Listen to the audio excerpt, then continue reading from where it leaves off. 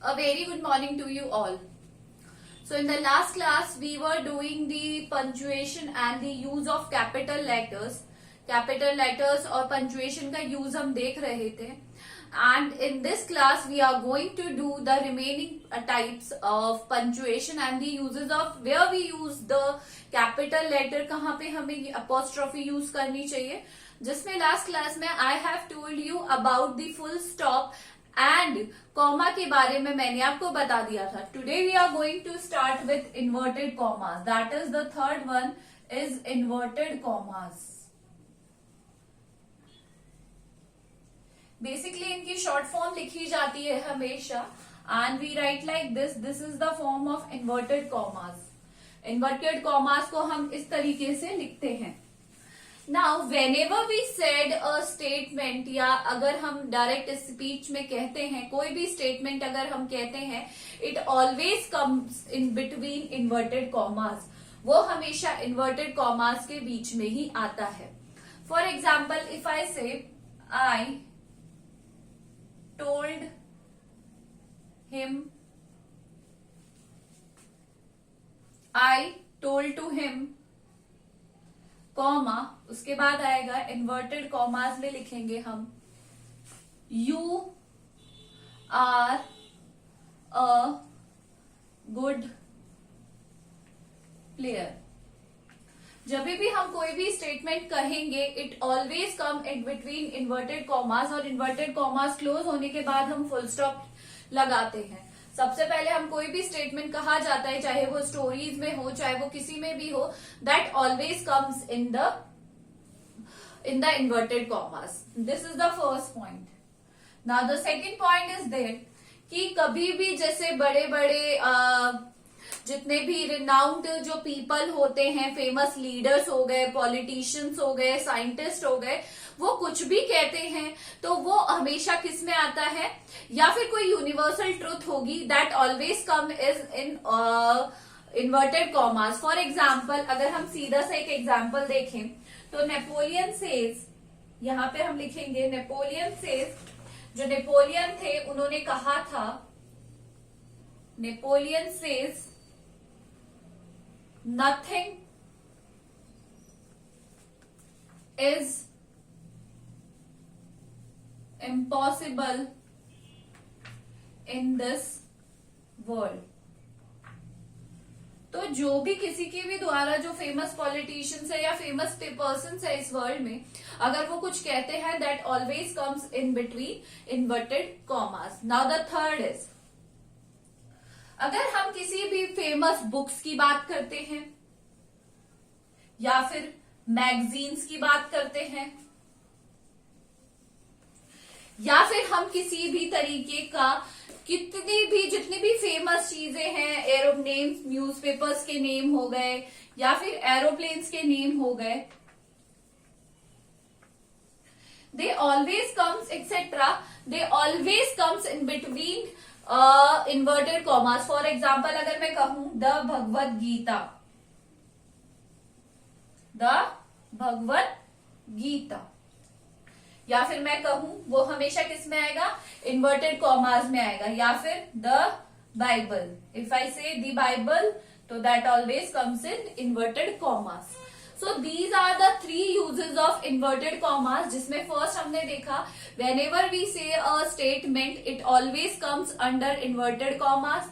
Second है अगर हम बात करें किसी भी कोई भी renowned persons है या well known persons है, अगर वो कोई statement पास करते हैं that always comes in inverted commas. ऐसा नहीं है कि वो dead हो चुके हैं. If they are present, अगर अभी present के टाइम पे कोई कुछ कहता है that always comes in inverted commas. And the last is books हो गई, मैगजीन्स हो गई या फिर न्यूज़पेपर्स हो गए या एरोप्लेन्स के नेम हो गए, that always comes in inverted commas. Fine everybody?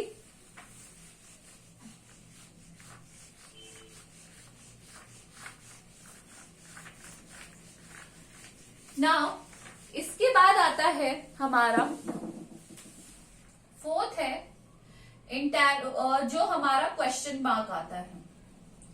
क्या आता है हमारा क्वेश्चन मार्क. अगर हम बात करें क्वेश्चन मार्क की तो क्वेश्चन मार्क जनरली वही आता है जहां पर हम कोई क्वेश्चन पुट अप करते हैं। It is the easiest.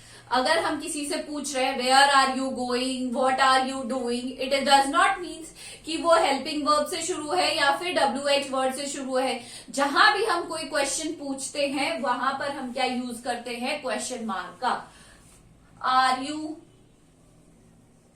Going with your mother, are you going with your mother. अगर हमने ये किससे स्टार्ट किया है, हेल्पिंग वर्ब से स्टार्ट किया है, तो ये क्या हो गया, are you going with mother. Where do you live, where do you live, question mark. तो जितने भी जहां भी हम कोई क्वेश्चन पुटअप करते हैं किसी भी चीज से रिलेटेड, तो हम वहां पर किसका यूज में लेते हैं, क्वेश्चन मार्क का। फाइन एवरीबॉडी, यहां तक हमने कर लिया है। Now the last one is our capital letter. हमारा जो लास्ट बचा है वो होता है कैपिटल लेटर। कैपिटल लेटर सबको पता है क्या होते हैं, these are your capital letter. Now we will discuss where the capital letters are used.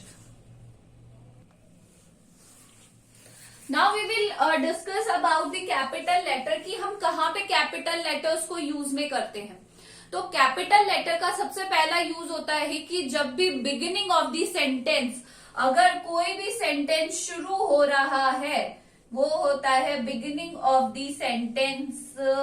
जहां से भी सेंटेंस की शुरुआत हो, चाहे वो WH वर्ड से हो चाहे हेल्पिंग वर्ब से हो, the first letter of the sentence should be in capital letter. हमेशा किस में होता है, कैपिटल लेटर में होता है। For example, Hari is going to market, तो हमेशा बिगिनिंग वाला लेटर क्या होता है, कैपिटल लेटर होता है। फाइन। नाउ अब रिपोर्टेड स्पीच में, रिपोर्टेड स्पीच मैंने आपको कल प्रीवियस क्लास में बताया था what is reporting verb and reported speech. अगर कोई भी स्टेटमेंट में अगर कॉमा, इन्वर्टेड कॉमा शुरू है तो उसके अंदर पहला वाला, फॉर एग्जाम्पल यहां देखिए, यहां एक बार look here everybody, Hari says. अब यहाँ पे ये स्टेटमेंट खत्म नहीं हुआ है, यहाँ पे हमने लगा दिया है इन्वर्टेड कॉमास। तो इन्वर्टेड कॉमास के अंदर से जब भी हम सेंटेंस को, whenever we start the sentence, there should be a capital letter, no matter what. वहां पे फुल स्टॉप है या कुछ भी नहीं है, बट आपको वहां पे किससे शुरू करना है, capital letter. I am honest, I am honest. तो I should be capital. In reported speech में आई शुड बी कैपिटल। जब भी हम उसको इन्वर्टेड कॉमास में लिखेंगे, then the first letter should be capital. Now the next is first letter of the proper noun और proper adjective. Proper noun क्या होते हैं, किसी का नाम हो गया या किसी कंट्री का नाम हो गया, तो ये सारी चीजें किस में आती है, प्रॉपर नाउन में आती है। हमारा नाम भी किस में आता है, प्रॉपर नाउन में आता है। इफ आई से नेहा, तो चाहे कहीं भी हो सेंटेंस में, चाहे वो सेंटेंस के लास्ट में हो चाहे स्टार्टिंग में हो, तो वो हमेशा किस में आएगा, कैपिटल में आएगा। For example, I saw Rita in the market, I saw Rita in the market. तो ये क्या हो गया, रीटा यहाँ पे क्या है, प्रॉपर नाउन है। क्या है, प्रॉपर नाउन है। तो प्रॉपर नाउन चाहे सेंटेंस में कहीं भी हो, वो हमेशा कैपिटल लेटर से स्टार्ट होगा। Fine, this one is your third, this is your second and this one is your third. Now the next is the first letter of the person हो गया, डेज हो गया, मंथ्स हो गए या फिर वीक के डेज हो गए, चाहे वो कहीं पे भी आए, तो ये सारे कहां पर होते हैं, हमेशा कैपिटल लेटर से ही स्टार्ट होते हैं। For example, today is Wednesday, today is Wednesday. तो W क्या आएगा, हमेशा कैपिटल में आएगा, चाहे मंथ का हो। यहाँ पे अगर मंथ होता, दिस मंथ इज अप्रैल या मई, तो ये हमेशा किस में आएगा, कैपिटल लेटर में ही आएगा। Now the last one is the name of the countries, market हो गया, स्ट्रीट हो गया, कहीं पर भी आते हैं।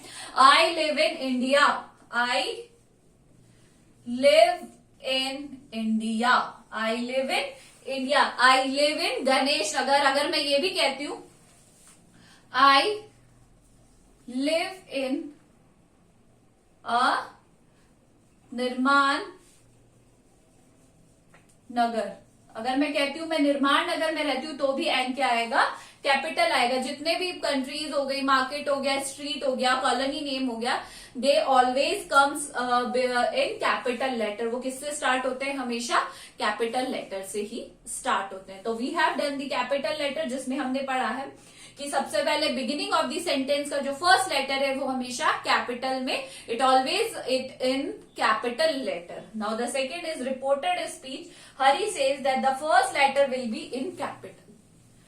And if we saw proper noun in at any place in the sentence, we have to use proper noun की जगह हमें क्या लेना है, क हमें कैपिटल लेटर का यूज लेना है। अगर हम बात करें मंथ्स की या फिर वीक्स की बात कर ले या फिर हम डेज की बात करें, they always start with capital letter. And the last one is if we talk about the countries, streets हो गया, कॉलोनीज हो गया, या मार्केट हो गए, स्ट्रीट हो गए, या कंट्रीज हो गई, सिटीज हो गई, तो इन सबको हम किससे स्टार्ट करेंगे, कैपिटल लेटर से।